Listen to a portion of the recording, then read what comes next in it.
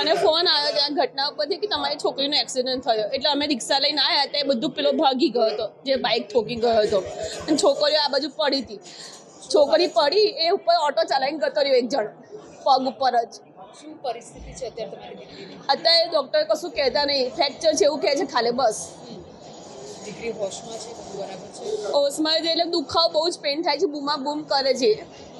પણ એ બાઇક વાળાને પકડજો પ્લીઝ યાર, આવું છોકરી ઉડાઈ જવાય. સાઈડ ઉપર બિચારી છોકરી ઊભી હતી. શું આ જે બાઇક ચાલક જેણે અકસ્માત સર્જ્યો એના પર શું કાર્યવાહી કરવી જોઈએ? હું તો કહું પકડીને 6 મહિના શું વર્ષ 2 મહિના ગાલી દેવો છો કે આવી રીતે તું સ્પીડમાં ગાડી ચલાવતા ભાન છે. આટલી બધી પબ્લિકમાં 100ની સ્પીડે ગાડી ચલાવતો હશે ઓછામાં ઓછી. બધા આજુબાજુ મને કીધું છે. બિલકુલ આવી રીતે રફતારના લીધે કેટલાય લોકોએ નિર્દોષ લોકોએ જીવ ગુમાવ્યા છે, તો આના વિરુદ્ધ પણ કડક કાર્યવાહી થવી જોઈએ. જરૂર એકદમ. અને સીસીટીવી કેમેરા બધે હોવા જ જોઈએ, અને ખબર પડવી જોઈએ તૈયારીમાં કે આ બાઇક વાળો કેવો ફટાફટ જતો રહ્યો છોકરીને ઉડાઈને. છોકરી આ બાજુ આમ પડી, આ બાજુ આમ પડી. દીકરી હતી? મારી બેનપણીની છોકરી હતી. ઓકે, આપનું નામ? નિશા ગોહિલ.